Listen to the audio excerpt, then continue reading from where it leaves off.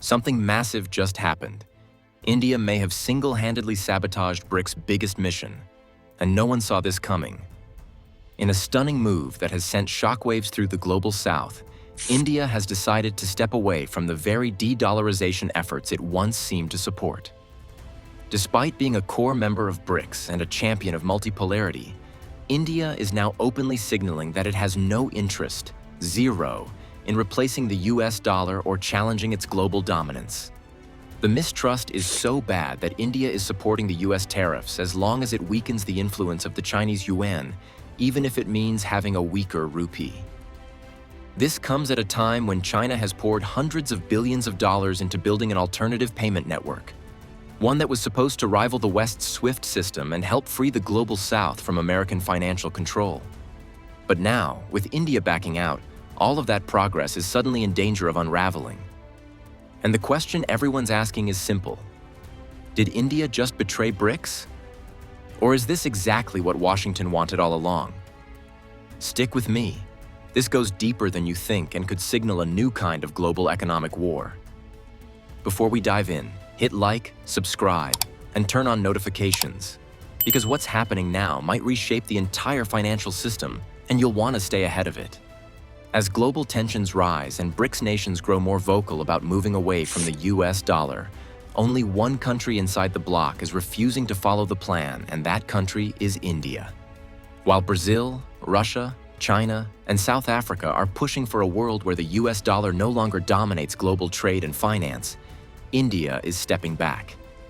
It's not because India loves the dollar, but because it fears something far more dangerous. India is scared this could help China's growing power. India's resistance to de-dollarization inside BRICS doesn't seem to come only from support for Washington. Instead, it's part of a larger strategy to stop China from using BRICS to gain more control over global finance.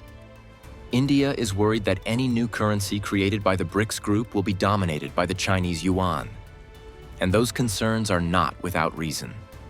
China's economy is the largest in BRICS, accounting for about 41% of the entire BRICS GDP, and the yuan is the fastest rising currency in the world.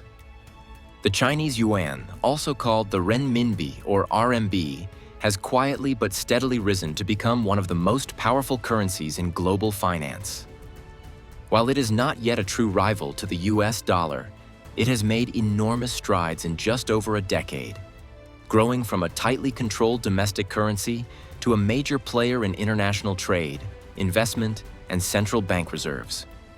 According to data from SWIFT, as of April 2025, the yuan has become the fourth most used global payment currency, surpassing the Japanese yen. It now accounts for over 5.1% of global transactions, up from just 0.6% in 2012. In particular, China's trade with countries in Asia, Africa, and Latin America is increasingly settled in yuan, reflecting Beijing's strategic push to internationalize its currency.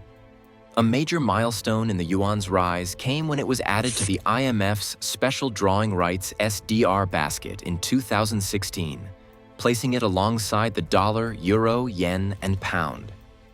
And in 2022, the IMF increased the Chinese yuan's allocation to 12.2%, which made it the third largest allocation after the US dollar and euro. This was not merely symbolic. It meant that the yuan was recognized by global institutions as a reserve currency, a safe asset central banks can hold. As of 2024, over 70 central banks worldwide hold yuan in their reserves, and the People's Bank of China has signed 40 currency swap agreements with other central banks, including those of Argentina, Pakistan, and Nigeria. The launch of the digital yuan e-CNY has also added to its power. This state-backed digital currency is now being tested in cross-border trade, especially within the Belt and Road Initiative, BRI. In 2023, China and the United Arab Emirates used the digital yuan to settle an LNG trade, bypassing the US dollar entirely. This marked a key shift, proof that high-value energy trades could happen in yuan. Currently, the yuan is taking away 38% of global transactions that would normally be done in US dollar. Now that is a real threat to the US dollar. Furthermore, Russia has become the largest foreign user of the yuan, with more than 40% of its trade with China now settled in RMB, especially after Western sanctions forced Moscow to reduce dollar and euro exposure. These examples show a powerful trend. The yuan is no longer just China's currency. It's becoming a tool of global influence.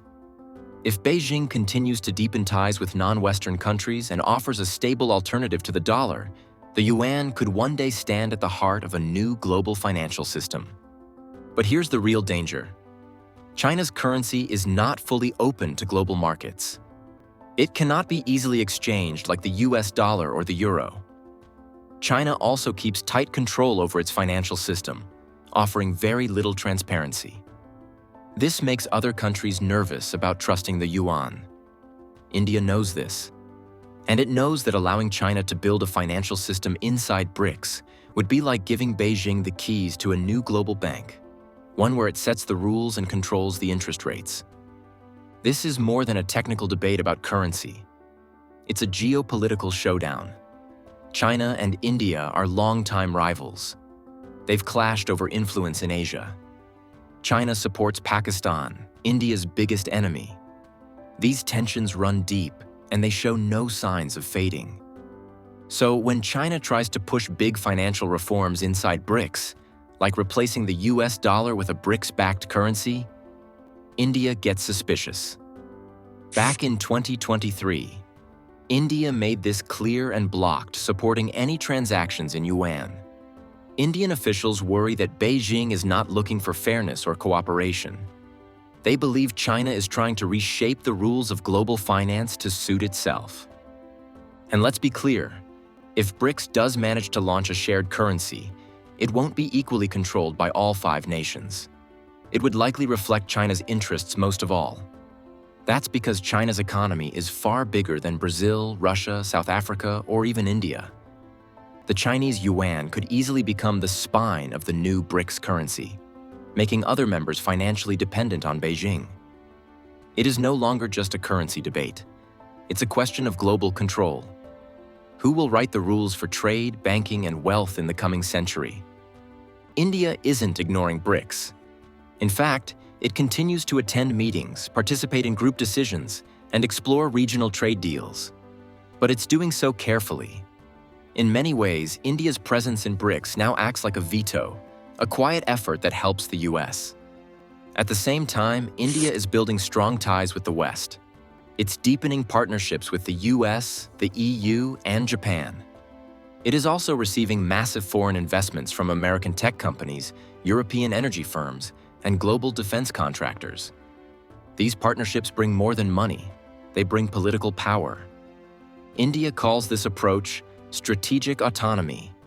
It means staying independent, refusing to choose sides completely, and working with everyone while trusting no one too much. By doing this, India believes it can protect its national interests in a dangerous and changing world. But here's where it gets really interesting. Is the United States secretly encouraging India's resistance inside BRICS? There's growing speculation among economists and global analysts that the US might be using quiet diplomacy or even financial incentives to keep India on its side. After all, if BRICS fails to create a successful currency alternative to the dollar, the US maintains its global financial dominance. And right now, India might be Washington's most important ally in keeping BRICS divided. This is not just guesswork. Indian officials have openly said they're not interested in helping other countries break away from the dollar. A senior official from India's finance ministry was recently quoted saying, "India has absolutely no interest in de-dollarization or in undermining the US dollar in any way." That's a powerful statement, especially when you consider that Russia and China are going all in on this de-dollarization movement. Both countries are under US sanctions. They've been cut off from parts of the Western financial system, so it makes sense for them to want a new system where Washington has less power. Russia, for example, has already started using the Chinese yuan to settle trade with many of its partners. China has launched the Cross-Border Interbank Payment System, CIPS, as a partial alternative to SWIFT. But India is not under sanctions. India benefits from global trade routes that still use the dollar. Its companies borrow in dollars. Its exports are priced in dollars.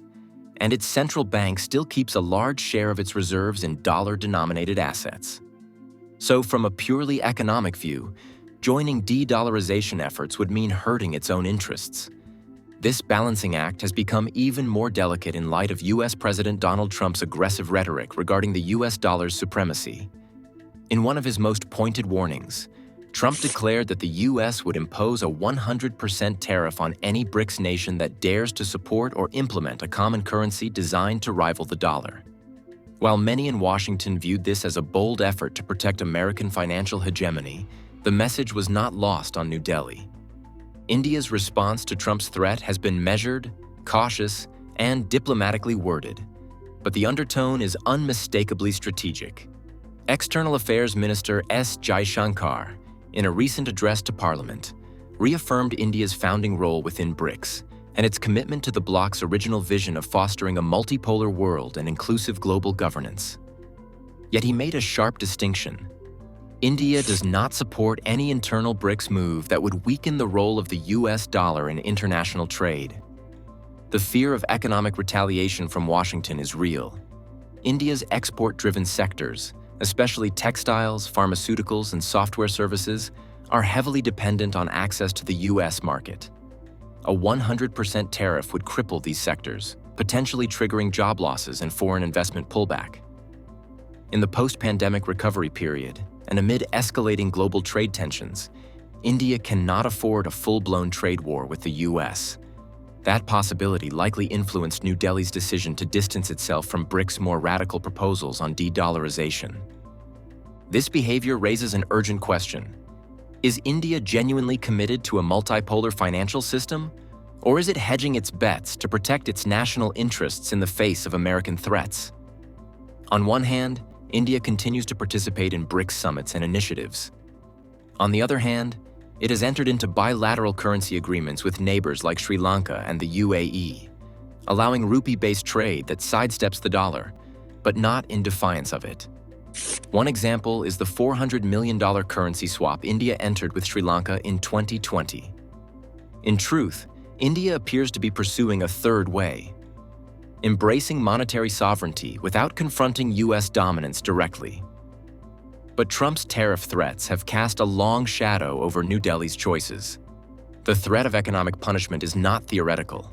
It's a political weapon in active use. The next few years will be crucial. Will China bypass India and create a parallel system with Russia and others? Will India be able to hold its ground as pressure builds from both sides? Or will BRICS fall into chaos, tearing itself apart before it ever becomes a true rival to Western power? India has made its goals clear. It wants the rupee to be used more in international trade. This would help Indian businesses avoid extra currency conversion costs and give the country more control over its own economy. But here's what makes India different from China or Russia. While it wants to promote the rupee, it is not attacking the dollar head-on. India's cautious but clear push to internationalize the rupee could shape the global fight over the future of money.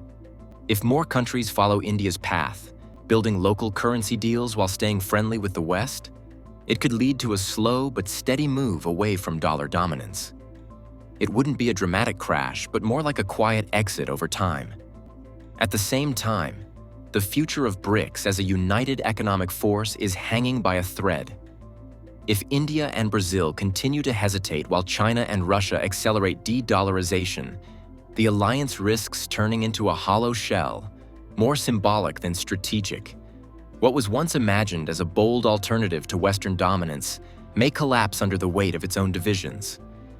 In the end, BRICS might not be brought down by outside pressure, but by internal distrust. And India, once a key pillar, may just be the wedge that splits the entire bloc. What do you think? Is BRICS on the verge of transformation or implosion? Drop your thoughts in the comments. And don't forget to subscribe for more deep dives into the global economy.